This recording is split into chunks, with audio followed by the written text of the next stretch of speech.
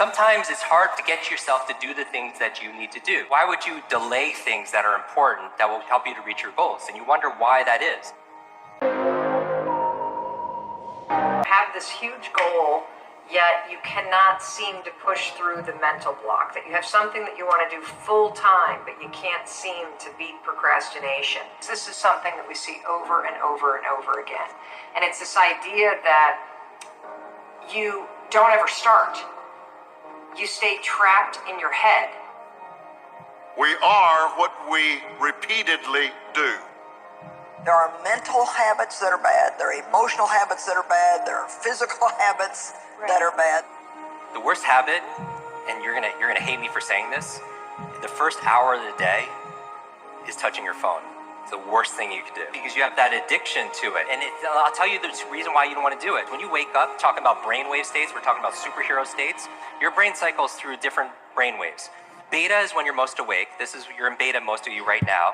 Delta is when you're asleep. In between theta and beta, when you're most awake, is a state called alpha. Right? It's a state you go in when you meditate.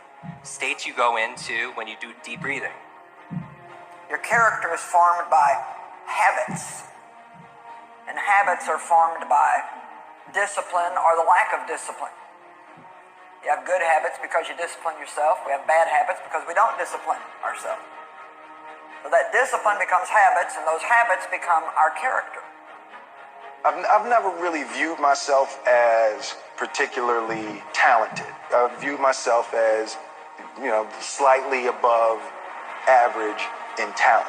And where I excel is ridiculous, sickening work ethic. While the other guy's sleeping, I'm working. While the other guy's eating, I'm working. Most people who procrastinate they're in a state of procrastination.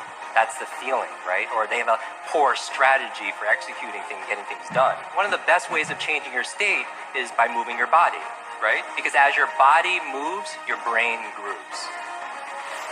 The thing about life and business and success is that you have to be willing to start. And for people that procrastinate, starting is the hardest part. For people that worry, for people that think too big, starting is the hardest part. If you want to get off the cycle of bad habits and average choices that you've been living in, go out of your way to take a small step forward, then another and another. I learned very young that you don't try to build a wall. You don't set out to build a wall.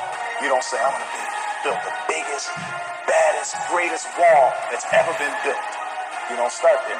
You say, I'm going to lay this brick as perfectly as a brick can be laid.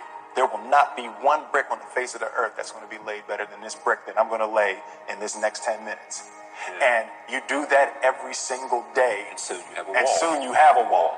And I think psychologically, the advantage that gives me over a lot of people that I have been in competition with in different situations is it's difficult to take the first step when you look how big the task is. The task is never huge to me. It's always one brick.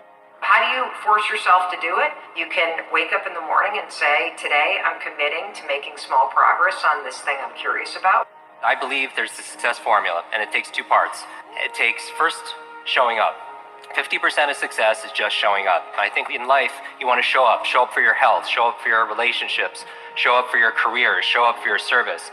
But just showing up, is that just going to get the job done? No, you have to play full out. Why you're doing the things that you're doing. Why do you have the bad habits that you have? Like when you find yourself at the same point over and over and saying, oh, this is like Groundhog Day. Why is it that I just keep landing in the same spot over and over? Well, you have to look at it and say, what are the things leading up to that? What are the decisions I'm making? What are the habits I'm doing? Why am I doing the things that I'm doing? And pretty soon you can start to recognize your own patterns. When you can recognize your own patterns, that's when you can create change. You will feel resistance. You will struggle. You will start to feel like it needs to be perfect. You're going to come up with excuses. You're going to talk yourself out of it. Why? Well, because you're used to thinking, and now you're asking yourself to do. Why am I explaining what you should expect? The reason why I'm explaining what you should expect is because it's normal to feel those things. It's normal to feel scared. It's normal to feel like you don't want to do it. It's normal to think about doing it perfect. Letting those things stop you is a choice. The road to success is through commitment and through the strength to drive through that commitment when it gets hard. And it is going to get hard, and you're going to want to quit sometimes, but it'll be colored by who you are and more who you want to be. The only solution is micro action. That's it. I don't want to hear shit about your big goals. In fact, for everybody out there, I don't want to hear shit about your dreams and your goals until you're actually taking the actions every day for a couple weeks straight. You don't get to talk about your dreams until you can prove that you wake up and every single damn day you push yourself to take one small action forward. If you can do that consistently for a month, then you can start talking about your dreams. Then you can start talking about how you make money at it. Then you can start talking about how you build skill around it. But until you can actually get your ass out of bed and make the commitment to yourself to do the actions required, you're just all talk.